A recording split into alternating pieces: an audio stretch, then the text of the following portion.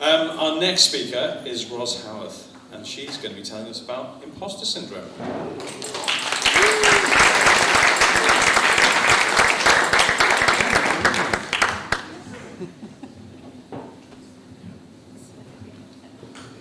Hi everyone, can you hear me? So I'm Roz, going to be talking about imposter syndrome, which is sort of what I'm feeling right now, to be honest. There are many different names. It's known by different names like imposterism, imposter phenomenon, imposter experience, and others besides. So what is imposter syndrome? Well, it's sort of the feeling like you feel like you're a fraud, like you don't belong somewhere, and it often happens if you're outside your comfort zone, like a situation like this. It often manifests itself as a sort of inner critic, an inner voice that tells you that you're not good enough, that you're not doing something right. It was first coined by Pauline Rose Clance in 1978. She ran a study on high-performing women. And, well, where does it come from? Well, as humans, we make out like we're sort of these complex creatures, but actually we have two main instincts, which are, first of all, seek pleasure, and second, avoid pain and avoid unwanted emotions, because perhaps we can't deal with those. So that often is where imposter syndrome comes from. It really, waiting for the next slide, it's sort of like going back to our fight or flight instinct, if you like, where, you know, if you were facing a tiger and you had to get away in prehistoric times, it might be quite useful to have this feeling and to want to get away, but not so much when you're delivering a talk or doing something for work. I started a hospitality job after not working in that area for 17 years, and I remember walking into this packed pub and just thinking, I don't think I can do this, and nearly walking straight back out again, but I didn't. I made myself do it.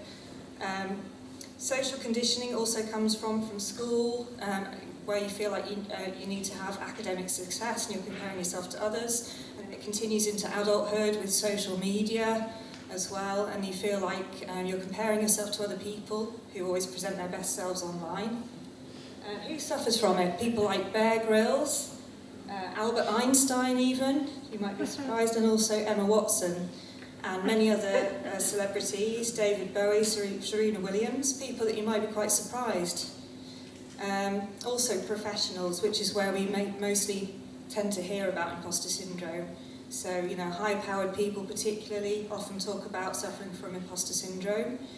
It can affect all of us in different ways, but also parents, because often we have, well, especially mums, we have the mum guilt, which I think we talked about earlier, and you still often feel like you're comparing yourself to other parents, like you're not doing a good job.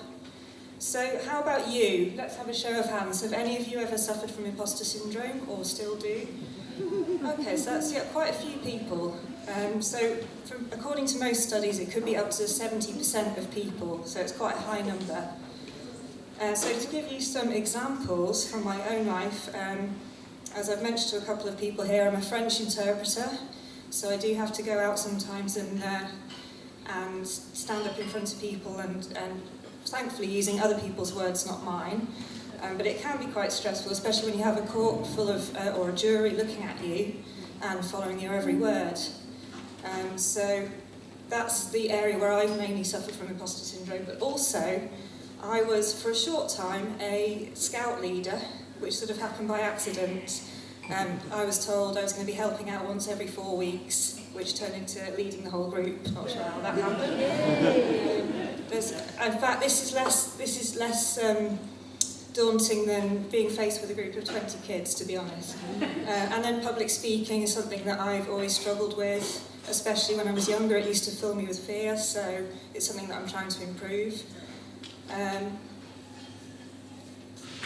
So what do we need to do to resolve this? So first of all, recognise that you're suffering from imposter syndrome, trying to work out what sort of emotion you're trying to avoid. Where is it coming from? Also look at the facts. If you're putting yourself outside of your comfort zone, is it for a reason? Perhaps you've, built up lots of experience in something, and perhaps someone's asked you to be there.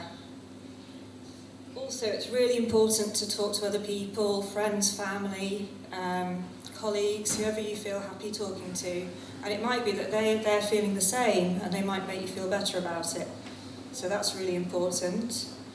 And then, of course, finally, face your fears. Go and do something that perhaps pushes you outside your comfort zone. Sign up for Ignite, maybe, and then you have to go and talk. And you just have to do it.